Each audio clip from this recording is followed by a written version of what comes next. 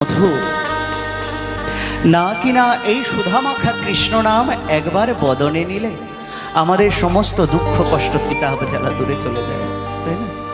তাই কথায় বলছে একবার নাম নিলে যত পাপ হরে, জীবের সাধ্য নাই তত পাপ করে। একবার নাম নিলে যত পাপ আমাদের এই শরীর থেকে ধুয়ে মুছে চলে যায়। আমাদের মতো সামান্য জীবের সাধ্য নাই নাকি তত পাপ আমরা করি। তাহলে এই সুযোগ আমরা হাতছাড়া করছি কেন গো? ভগবান বলছেন লক্ষ লক্ষ টাকা খরচা করে গয়া, কাশী, বৃন্দাবন, মথুরা গেলে ভগবানকে পাওয়া যায় না।